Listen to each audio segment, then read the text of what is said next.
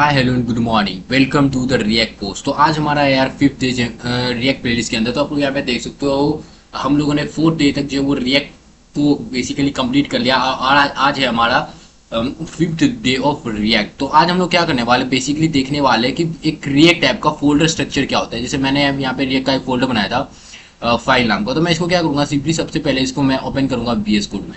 तो मैं simply open with code करूंगा। तो सबसे पहला फोल्डर जो आपको मिलता है वो होता है node module folder.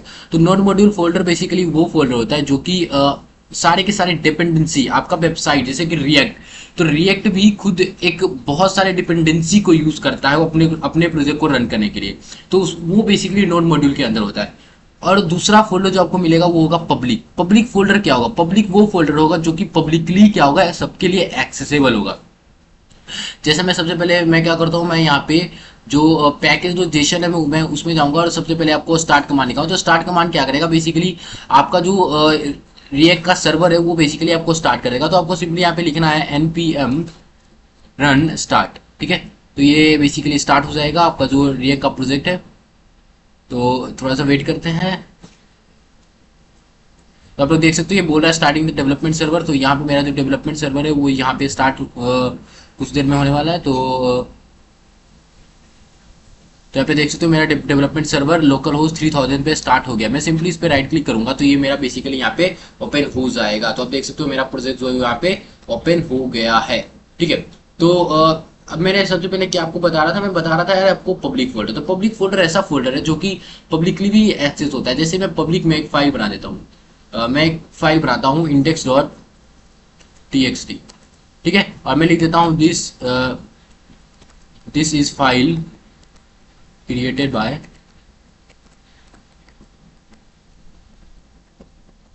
Code with 316203 channel. ठीक है, और इसको मैं यहाँ पे जाके सिंपली रिलोड में करूंगा एंड यहाँ पे मैं स्लैश करके स्लैश index.txt करके मैं सिंपली इसको यहाँ पे एक्सेस कर सकता हूँ। मतलब पब्लिक के अंदर आप जो भी फोल्डर क्रिएट करोगे वो यहाँ पे क्या होता है, पब्लिकली एक्सेसिबल होता है। तो यहाँ पे जो सबसे पहला फोल्डर आपको मिलेगा वो होगा favicon.ico। तो यहाँ पे जो जब भी आपका प्रोजेक्ट रन करेगा ना, तो यहाँ पे आपको बेसिकली एक फेव आइकन दिखेगा। यहाँ पे मैं बैक जाऊंगा और यहाँ पे क्या है कि आपको एक फेव आइकन दिखेगा। यहाँ पे मेरे केस पे नहीं दिख रहा। तो ये फेव आइकन क्या होता है, यही बेसिकली फाइल होता है। ठीक है, यही फाइल से आपको बेसिकली फेव आइकन अपने पे लगा सकते हो। अगर मैं इसको यूज करना चाहूँ तो मैं सिंपली क्या कर सकता हूँ, मैं index.html पे जाके यहाँ पे ऐसा कर सकता हूँ कि मैं लिखूंगा link colon css favicon. और मैं जो यहाँ पे फेव आइकन डॉट आइको को मैं सिंपली स्लैश करके दिखा। तो यहाँ पे मैं जाके रिलोड करूंगा।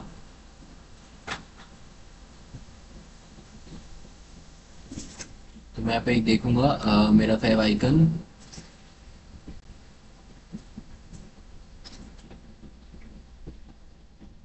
इसी आइडिया को करेंगे हम लोग बंद।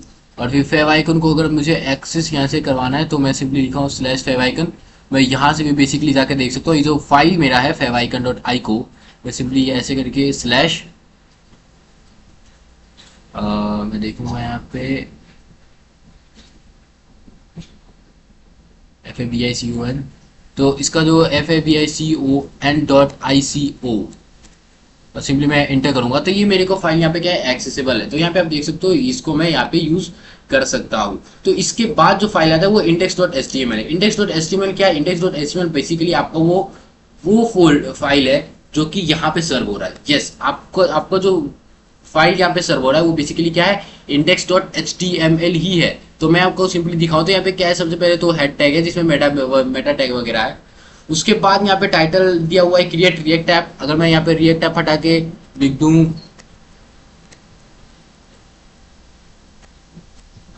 03 ऐप और मैं सिंपली यहाँ पे जाके इसको रिफ्रेश करूंगा तो यहाँ पे देख सकते हो कोड विथ 316203 ऐप यहाँ पे आ गया है। उसके बाद क्या है, उसके बाद नॉन स्क्रिप्ट टैब है। नॉन स्क्रिप्ट टैब हम लोग तब यूज करते हैं जब बेसिकली कोई भी ब्राउजर का जो जावास्क्रिप्ट होता है वो जब रन नहीं कर रहा होता है।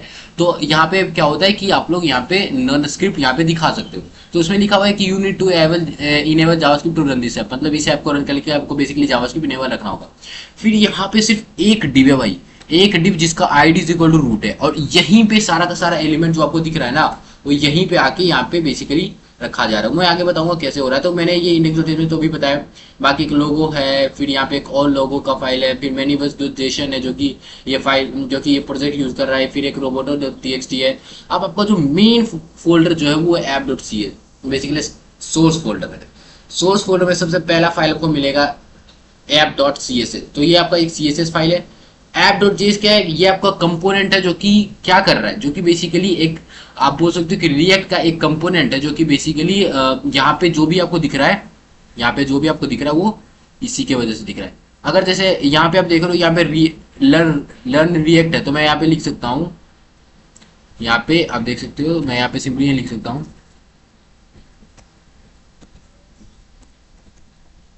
Code with 3162003।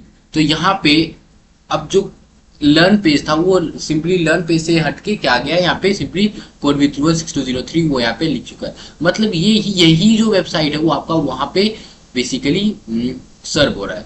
app.txt एक टेस्ट फाइल है, आप लोग उसको भी छोड़ दो। index.css बेसिकली आपका जो ग्लोबल css यूज कर रहा है आपका फाइल वो यहाँ पे है। index.js क्या है, index.js बेसिकली आपका मेन फोल्डर है भाई, मतलब मेन फाइल है, मतलब कि यहाँ यहीं से आपका बेसिकली सारा कंपोनेंट रेंडर करवाया जा रहा है। देखो यहाँ पे क्या है, यहाँ सबसे पहले यहाँ पे है कि const root is equal to, पहले तो जो हमारा ये यहाँ पे जो आप देख सकते हो index.html पे जो रूट वाला डिव है ना, उसी को यहाँ पे सबसे पहले किया जा रहा है एक्सेस, उसी को सबसे पहले एक्सेस किया जा रहा है। एंड यहाँ पे बोला जाए कि रूट में रेंडर कर दो रिएक्ट डॉट स्क्रिप्ट मोड, मतलब रिएक्ट को रेंडर करो स्क्रिप्ट मोड में, उसमें ऐप जो कंपोनेंट जो ये है ना app.js, इसको जाके बेसिकली इंसर्ट कर दो। और यहाँ पे कुछ और फाइल्स हैं, यहाँ पे गिटिग्नोर फाइल है फॉर गिटहब पैकेज लोकेशन, जो ग्रेट बेसिकली डिपेंडेंसी यूज करने वाला है उसके बारे में यहाँ पे लिखा हुआ है। पैकेज लोकेशन बेसिकली यहाँ पे बेसिकली आपका सारा का सारा डिपेंडेंसी बेसिकली आपका प्रोजेक्ट के बारे में इन्फॉर्मेशन होगा। readme.md में क्या होगा, आपको बेसिकली readme.md में आपके प्रोजेक्ट के बारे में लिखा हुआ होगा। आप यहाँ पे ऐसे करके पूरा का पूरा readme यहाँ पे पढ़ सकते हो, ठीक है। तो पढ़ सकते हो getting started with create react app जिस प्रोजेक्ट, तो आपको यहाँ पे ये प्रोजेक्ट आपको दिख जाएगा। अगर आप इसको खुद से लिखना चाहते हो तो वो भी लिख सकते हो कि, या आप इसको चेंज कर सकते हो, या फिर मैं एक और रेडमी बनाऊंगा।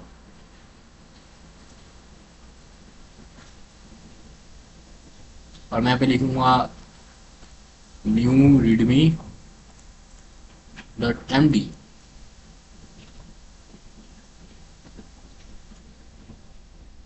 और मैं यहाँ पे लिखूंगा कि स्लैश दिस, मैं यहाँ पे सिंपली लिखूंगा दिस इज, एक सेकेंड, यहाँ पे मैं लिखूंगा slash this is written bye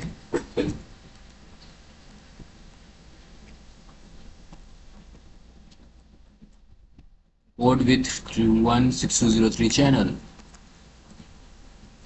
और यहाँ पे बेसिकली आप लोग यहाँ पे अपना खुद का readme बेसिकली यहाँ पे लिख सकते हो। मैं यहाँ पे सिंपली आपको शो करा रहा हूँ कि आप लोग कैसे अपना readme लिख सकते हो। और मैं लिखूंगा दिस इज इम्पोर्टेंट फाइल, मैं यहाँ पे बेसिकली कुछ भी लिख रहा हूँ।